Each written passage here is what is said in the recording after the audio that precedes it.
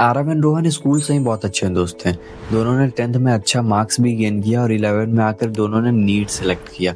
NEET select करने के बाद दोनों का जो पाथ है वो टोटली डिफरेंट हो जाता है, क्योंकि जो आरव है वो ऑनलाइन कोचिंग सेलेक्ट करता है, वहीं जो रोहन है वो ऑफलाइन कोचिंग प्रेफर करता है। रोहन का शेड्यूल शुरू में बहुत हेक्टिक था। उसको आना जाना, डीपीपी टेस्ट मॉड्यूल, वो बहुत उसको बर्डन लगता था। वहीं जो आरव है उसका शेड्यूल बढ़िया चिल चल रहा था। वो पढ़ता था, लिखता था, जब मन करता था, डीपीपी वगैरह सारा करता था, लेकिन छोड़ता भी था क्योंकि ऑनलाइन का आप लोग दिक्कत जानते ही हैं।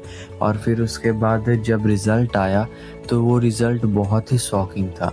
शॉकिंग कहने का मतलब है कि जो रोहन है उसका 680 आउट ऑफ 720 आया और जो आरव है उसका 450 आउट ऑफ 720 आया। ये जो रिज़ल्ट में डिफरेंस है ये सिर्फ ऑनलाइन या ऑफलाइन कोचिंग की वजह से नहीं आया, ये रिज़ल्ट में डिफरेंस स्टडी हैबिट से भी आता है।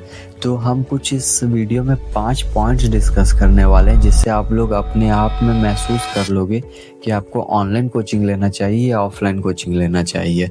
और ये 5 पॉइंट्स के बाद मैं कुछ और की पॉइंट्स बताऊंगा जो आपको मस्ट फॉलो करना, चाहे आप ऑनलाइन में करो या ऑफलाइन में करो। तो पॉइंट नंबर वन है आपका कॉस्ट देखें तो जो ऑफलाइन कोचिंग है वो बहुत एक्सपेंसिव है ऑनलाइन कोचिंग से। ऑनलाइन कोचिंग अफोर्डेबल है एंड ठीक है, लेकिन जो ऑफलाइन कोचिंग है वो आपको एक अच्छा एक्सपीरियंस देता है, टीचर से 1-to-1 इंटरेक्शन देता है। जो बच्चे खुद में डिसिप्लिन्ड नहीं है उनके लिए ऑफलाइन कोचिंग इनमें बहुत अच्छा रोल प्ले करता है। अगर आप सस्ता को देख करके अपना पैसा खराब करना चाहते हो तो आप कर सकते हो, लेकिन थोड़ा सा पैसा ज़्यादा दे करके अपना फ्यूचर में आप इन्वेस्ट कर सकते हो। वहीं पे हम लोग का पॉइंट नंबर 2 है स्टडी हैबिट्स।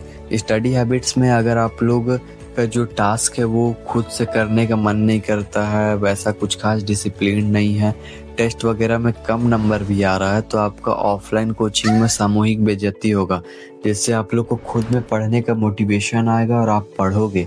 लेकिन ऑनलाइन कोचिंग में ऐसा कुछ नहीं होता, बेइज्जती वगैरह कुछ नहीं होता, आप खुद को ही तेज समझोगे।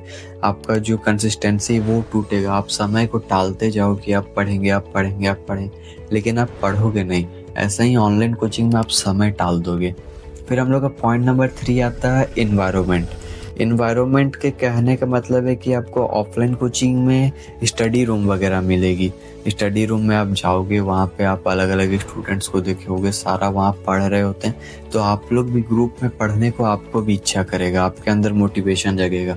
और खुद के अंदर मोटिवेशन जगना मतलब आपको वो रिजल्ट की ओर ढकेल रहा है, खुद की ओर मोटिवेशन जागना।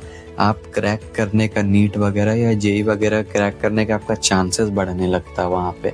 तो ये सब कुछ आपको इन्वायरमेंट ऑफलाइन कोचिंग में ही मिलेगी, ऑनलाइन कोचिंग में नहीं मिलेगा। ऑनलाइन कोचिंग में मैंने जैसे कहा आप खुद को ही तेज समझोगे।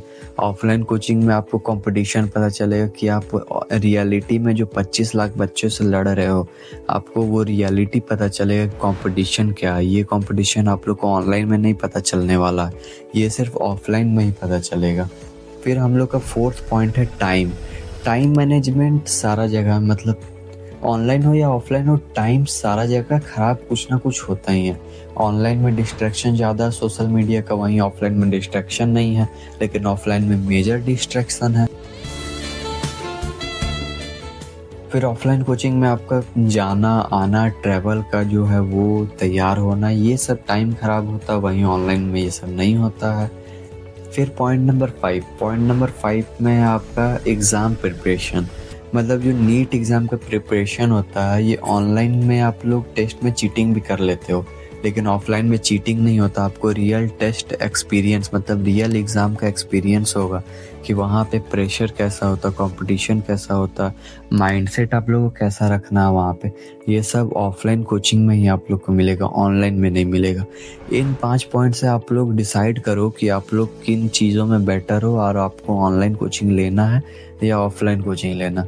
अगर एक भी पॉइंट आप लोग से चूक रहा है तो आप लोग बेझिझक होकर के ऑफलाइन कोचिंग लो, मस्ट सजेस्टेड है। अब कुछ की पॉइंट्स को हम लोग ध्यान में रखते हैं। ऑफलाइन में आप लोग को रेगुलर क्लासेस होंगी, और जो छुट्टी है वो बहुत लिमिटेड या फिर इमरजेंसी के टाइम में होती है। ऑफलाइन में आप लोग को बहुत दोस्त मिलेंगे जो गलत भी होंगे, अच्छे भी होंगे। आप लोग को गलत लोगों से दूर रहना है, और खासकर दारू सुट्टा से। ये सब मतलब करने लोगे आप तो आप कहाँ चले जाओगे आपको पता नहीं चलेगा। फिर आप लोग को उन्हीं लोग से दोस्ती करना है जो नीट के और अपना गोल, प्राइमरी गोल उन लोग का हो। और उन लोग से दोस्ती बिल्कुल नहीं करना है जिनका नीट प्राइमरी गोल नहीं हो, नहीं तो आपका भी गोल भटक जाएगा और आप कहाँ जाओगे वो भी नहीं पता चलेगा। और ऑनलाइन में देखें तो ऑनलाइन अगर आप लोग सेलेक्ट कर रहे हो तो आप लोग को अपना एक स्टडी रूम बनाना होगा। स्टडी रूम सेटअप करने के मतलब में देखें तो एक रूम हो जहाँ पर आपका नो फोन जोन हो। आप लोग लैपटॉप या फिर कंप्यूटर पे पढ़ोगे और वहीं पे आपका लाइव लेक्चर वगैरह लैपटॉप या कंप्यूटर पे होंगे। फ़ोन आपका रूम में अलाउ नहीं होगा, किसी का आना जाना अलाउ नहीं होगा, साउंड वगैरह उतना खट पीट जो बाहर का आता वो सब नहीं आना चाहिए, प्रॉपर एयर सर्कुलेशन होना चाहिए, आपके पास पानी वगैरह होना चाहिए, और आपका खास कर अपना फूड पे आप लोग को ध्यान रखना होगा। ऑनलाइन हो या ऑफलाइन हो, फूड पे आप लोग को ध्यान रखना ज़रूरी है, क्योंकि अगर फूड आप लोग नहीं ध्यान रखोगे तो आपका हेल्थ ख़राब होगा और नीट की जगह आप हेल्थ पे ही ध्यान देते रह जाओगे। फिर ऑनलाइन में तुम कितना भी पढ़ लो, वहाँ पे डिसिप्लिन रहना बहुत मुश्किल है। तुम पढ़ ही नहीं पाओगे वहाँ पे, जैसे मैंने पहले ही बताया, तुम टाइम को टालते जाओगे। तो डिसिप्लिन रहना, प्रॉपर एक टाइम टेबल रहना तुम्हारे लिए बहुत ज़रूरी है। ये सब चीज़ों को तुम देखते हुए अपने आप में सेलेक्ट करो कि तुम ऑनलाइन कोचिंग के लिए बने हो या ऑफलाइन कोचिंग के लिए बने हो। ऑनलाइन कोचिंग में 70% बच्चे नहीं पढ़ते हैं और ऑफलाइन कोचिंग में ज़बरदस्ती आप लोगों को पढ़ना पड़ता है। तो ये सारा कुछ चीज़ें हैं। अगर आप कहीं भी चूक रहे हो, क्योंकि आप अपना भविष्य के साथ खिलवाड़ नहीं कर सकते हो। 1 साल 2 साल ड्रॉप लेने से बढ़िया है कि आप एक ही बार में करके 12 के साथ ही निकाल लो। मैंने भी ऑनलाइन नहीं लिया, ऑफलाइन लिया।